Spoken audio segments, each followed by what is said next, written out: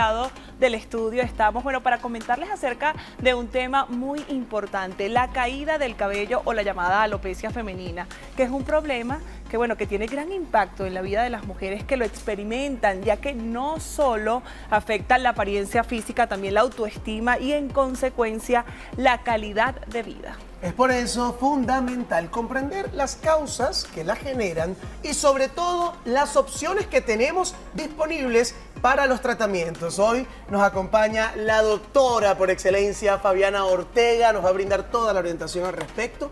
Y bueno, bienvenida Fabiana. Bienvenida. Gracias, Vamos a gracias. establecer estos puntos que son muy importantes y estoy seguro que usted en casa está pendiente y tomando nota, Isabel. Yo quiero que desde ya entonces comencemos quizás hablando de cuál es la causa más común de la alopecia femenina, Fabi. Bueno, alopecia femenina, hablemos que primero la alopecia femenina es la caída del pelo en las mujeres.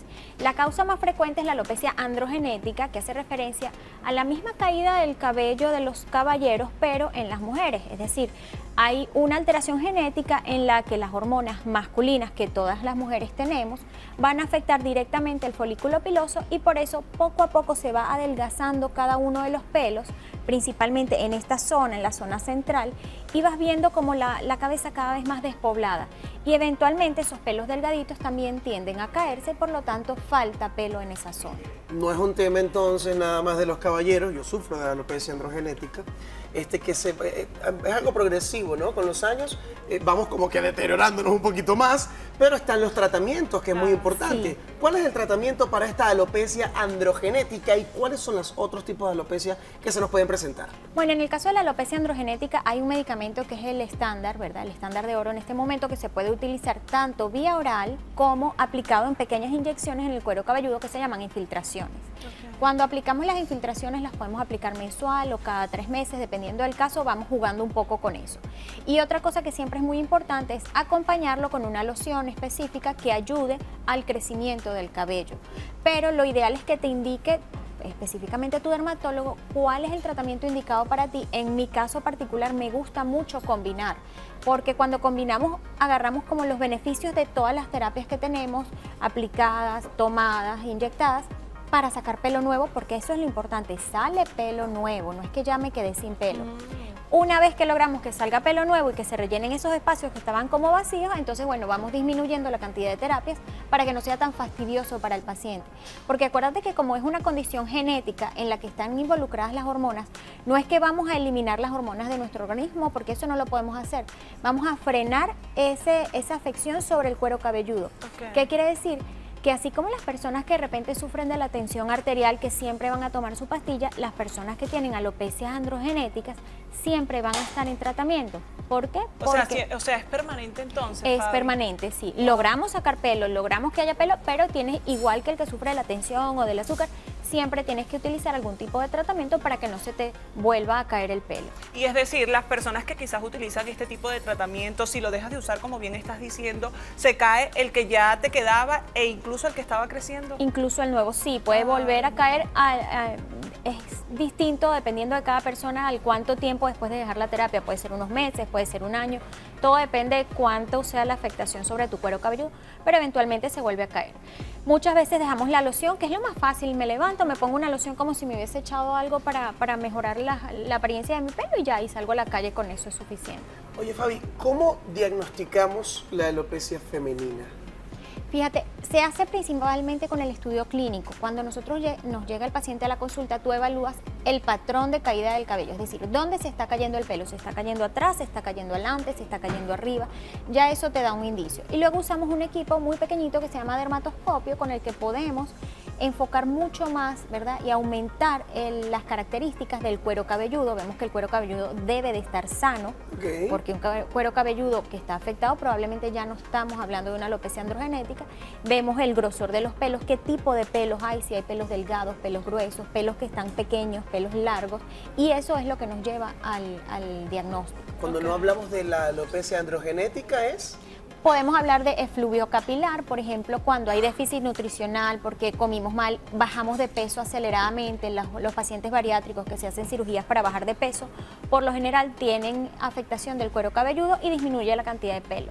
Por factores hormonales, embarazo, la menopausia, digamos, el periodo posterior al embarazo, que es la lactancia. Ay, en la sí. mayoría de las mujeres se cae muchísimo el pelo. Ya esos E son incluso factores la hormonales. higiene. La higiene puede afectar Fabi. en cierto sentido. O sea, una persona, si tiene el pelo sucio o limpio, no se le va a caer. Pero si, por ejemplo, sufres de dermatitis seborreica Ok. y no te cuidas tu dermatitis seborreica porque no tienes una adecuada higiene y un adecuado cuidado del pelo, ahí sí se te puede caer un poco más el Hay pelo. algo importante entonces, hablando justamente de la higiene del cuero cabelludo. ¿Qué pasa con las mujeres que utilizan las extensiones? ¿No es muy recomendable entonces? Bueno, hay diferentes tipos de extensiones. Hay unas que te las pegan directamente en el pelo como un clipcito que realmente no te están haciendo daño. Hay unas que utilizan una pega que quizás cuando quitas la pega puede generar arrancamiento. Las extensiones por lo general dañan el pelo, pero no el cuero cabelludo. Ok. Quiere decir que puede que te parta el pelo y se caiga esa parte del pelo porque se partió, pero no vas a quedar sin pelo porque el pelo está perfectamente sano desde su origen. Es decir, el cuero cabelludo está sano y el inicio del pelito estaba sano. Lo que pasa es que la extensión lo Perfecto. picó. Ok. Fabi, hablabas, y sé que estabas a punto de preguntar también esto del tratamiento, focalizándolo no solo en la alopecia androgenética, sino en el otro tipo de alopecia que me estabas comentando. ¿Cuál es ese tipo de tratamiento que tienes? Bueno, depende de la causa. Por ejemplo, cuando es por cirugías bariátricas o por déficit nutricional, sabemos que hay una disminución de ciertos elementos, por ejemplo, el hierro, Muy algunas importante. vitaminas, algunos minerales que son es así como el abono de la tierra. Si esa tierrita no está abonada, no crece la flor. Igual es el cuero cabelludo. Si no tiene las vitaminas y elementos esenciales para crecer y crecer fuerte, se va a caer. Entonces, si ese es el caso, pues suplementamos esas vitaminas que hacen falta y ponemos algo para frenar la caída y estimular el crecimiento del pelo. Por ejemplo, en el caso de la pandemia, cuando tuvimos muchísimos casos de COVID, el 30% de las personas que sufrían COVID se les caía muchísimo el pelo después. Y eso se sabía que era por justamente Ay, todo ese sí, proceso el inmunológico que estrés estábamos también. viviendo, además del estrés. El estrés es un factor importantísimo de la caída del cabello. Es un detonante de aquellos problemas genéticos que ya tú traías, y en las personas que no traían ningún problema genético también puede producir caída del cabello. La menopausia. Importantísimo. La menopausia se asocia mucho con alopecias androgenéticas, porque justamente en la menopausia hay un cambio, nuestras hormonas femeninas disminuyen Claro. un poquito y las masculinas aumentan un poquito, y ese desbalance hace que se nos caiga el pelo de forma quizá un poquito más permanente. Por eso vemos que nuestras abuelitas tienen menos pelos que en las fotos que vemos de cuando eran jóvenes. Entonces, bueno, en lo que sabemos que estamos en este periodo perimenopausia, sería bueno consultar a algún dermatólogo para que te ayude a sobrellevar esa etapa, cosa que no se te vaya cayendo el pelo. O sea, puedes hacer algo un poquito más preventivo que quizás curativo en ese caso. Oye, Fabi, ¿sabes qué? Hace poquito estuve viendo a través de TikTok justamente algo que me llamó la atención, la tricotilomanía, que es esas personas, me imagino que por estrés, bueno, ya tú nos vas a aclarar ese punto, se van arrancando en cierta zona el cabello. Cuéntame si eso puede llegar, bueno, a padecer en un total alopecia. Sí, alopecia, completamente. Y no es tan fácil diagnosticarlo porque a veces uno pues no se le ocurre de primera instancia que es que la persona misma se está arrancando el pelo. Gracias a Dios tenemos estos elementos como el dermatoscopio que podemos ver que hay arrancamiento del pelo y tú dices, aquí está pasando algo.